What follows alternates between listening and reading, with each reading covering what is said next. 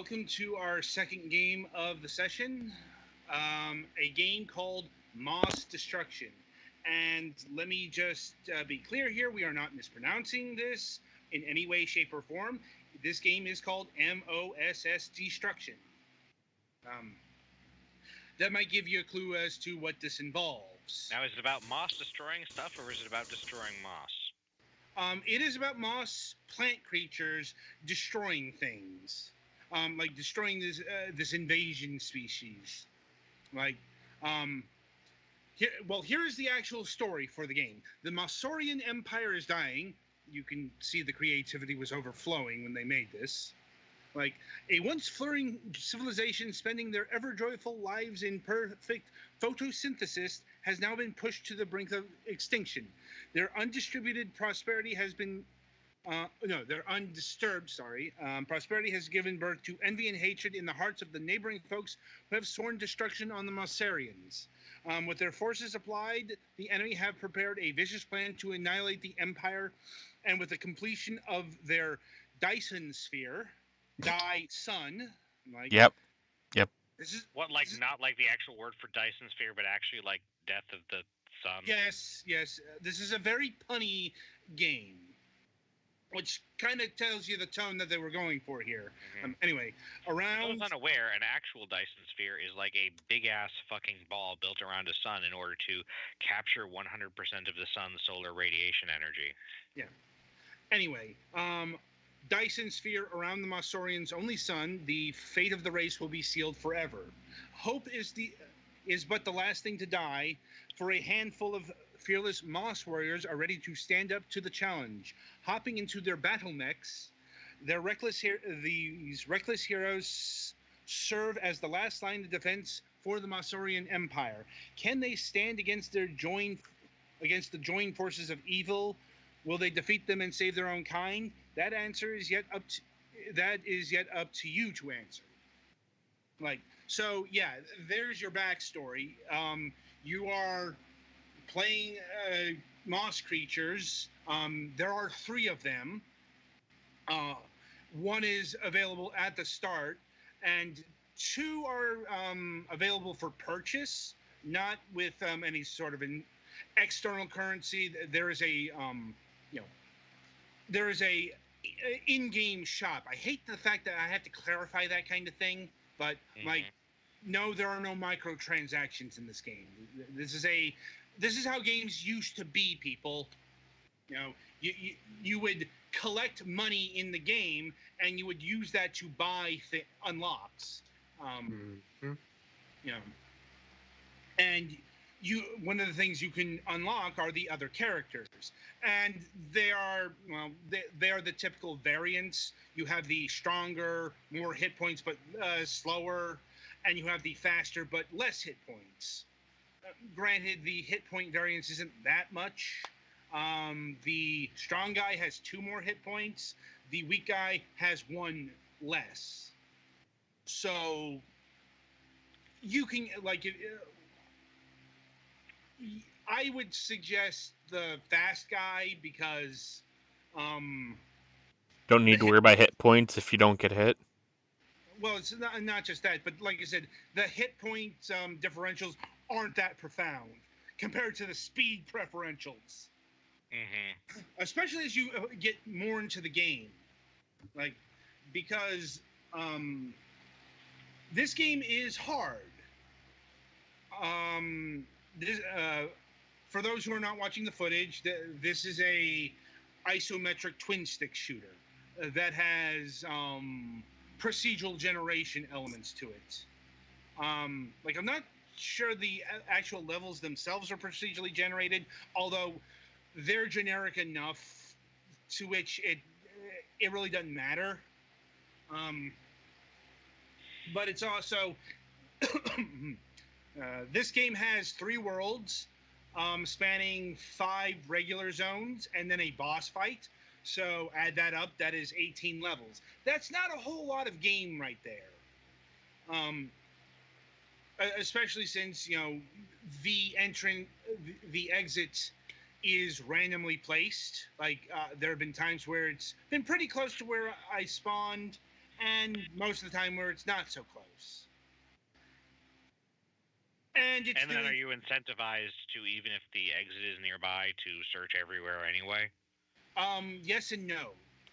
You are incentivized to stay around because on each stage you can up your rank 2 levels, but you are actually incentivized to hurry your ass up because of twilight or sundown or early evening, you know whatever you want to call it. Because when sundown hits, enemy reinforcements show up, um, and they can show up in big fucking waves. Oh God, they that happens. I'm like, um, and it's generally like they generally want you to like. It's going to be a harder fight at sundown, and they make sure you know this. Not quite Pikmin end of day levels, but Yeah. That being said, on the going back to why you would want to stay around on a level, um, each rank will give you a perk. They are out of a span of 5, um, and like one of the perks is you get more powerful at twilight. It's like I'm trying to remember the name, like Twilight Warrior or something like that. The point is, like your weapons get like 15% more powerful at twilight. And there's all sorts of perks like that stick with you for a run, as opposed to the shop upgrades, which you can purchase and you can put on your character the next time you do a run. Worth noting on both cases. And there are also level specific power ups. Trying to remember what they call, like spores. Yeah. That have both positive and negative effects. And another one of the perks is you can get rid of all the negative spores. I would recommend that. It's one of the most useful because those negative perks can be really fucking annoying. Some of the negatives are reversing controls, negative perk called Eclipse, where it dims everything. Another one called Vision Poisoning, where things get blurry. A perk that can destroy an inventory slot. Conversely, positive perks are regenerating ammunition, getting more health, recovering health, and so on and so forth. And as far as weaponry goes, they are separated into 4 types. There are bullet weapons, there are energy weapons, there are explosion weapons, and there are flame weapons. But how do you pull a trigger when your everything is made of moss? Don't worry about it. Well, it's like it's not your Moss character pulling the trigger, it's the mech suit that's doing that. Granted, that gets into how is a pile of moss piloting a mech suit, but exactly. You mean building, but sure. Well, it's like the answer is shut up. I'm like, this is not a game that wants you to think too hardly about anything. The answer is you're playing a game called Moss Destruction. What do you expect in serious physics? I hope not.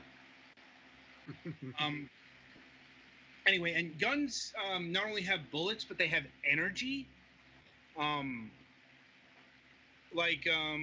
the screen here, Pettyfan's energy weapon has 290 energy, while the flame weapon has 15.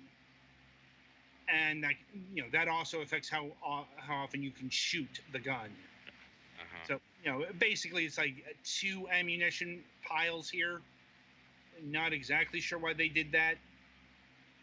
You also have a melee attack, which is fairly useless. Yeah, can't confirm. I'm like, You can use it on some of the weakest enemies, or if you are out of ammo and have no other way of attacking. But that's about.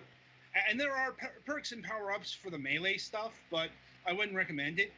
Like, and yeah, that is one of the failings of this game. But I'd say the biggest failing of this game is some cheap enemy design, especially when you get into the middle section, because then you get really real bullshit enemies. That is enemies who have fucking rocket launchers who can one hit kill you, Yeah. um, and that are tied to. And it's like this is the point where we get configurations of maze-like levels. Like, no, that was not a good fucking combination. Like, or other like enemies who are resistant to like explosion weapons, and they decide to have that be the henchman of the boss arena. And it turns out, if you have the wrong loadout, you're fucked. This is one of those um, deep flaws that you would only experience if you played the game a lot.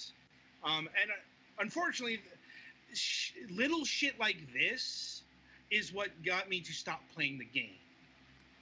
Because, no, it's just bad design. I understand this game is pretty difficult, but, getting ganked by 3 rocket launch dudes because you couldn't see them is just unfair. I know there's not too much in the way of actual like level design, but that's how they're generated. Now, maybe I suppose it's not a total deal breaker, but truth be told, in terms of overall gameplay and structure and whatnot, this is a pretty typical twin stick shooter. Now, it's it's it's the prototypical Type 2 twin stick shooter, or that is to say, twin stick shooters that are aping Smash TV in one way or another, as opposed to say like Robotron, or Geometry Wars. Yeah, Anyway, this one you need to think more about what you're doing than just going through like a goddamn madman. right. Um, that's not. I'm not saying this game is bad in any way, but I'm like, it's pretty mediocre in terms of standing out, in terms of its mechanics. You know, its most unique feature is really its premise. I mean, I can't think of like there are a few other games where you are playing as vegetation. I can think of one. I think I know what the game is. Princess Salad in the Tomato Kingdom. I was actually thinking of Plants vs Zombies, but yeah. I'm like, okay, like I said, there's a couple. Yeah, I know. But it's still a pretty rarefied event. And as far as releases go, currently this game is only available on the PC. Don't know if any console plans are in the works, and that's kind of beyond the scope of when we are reviewing this.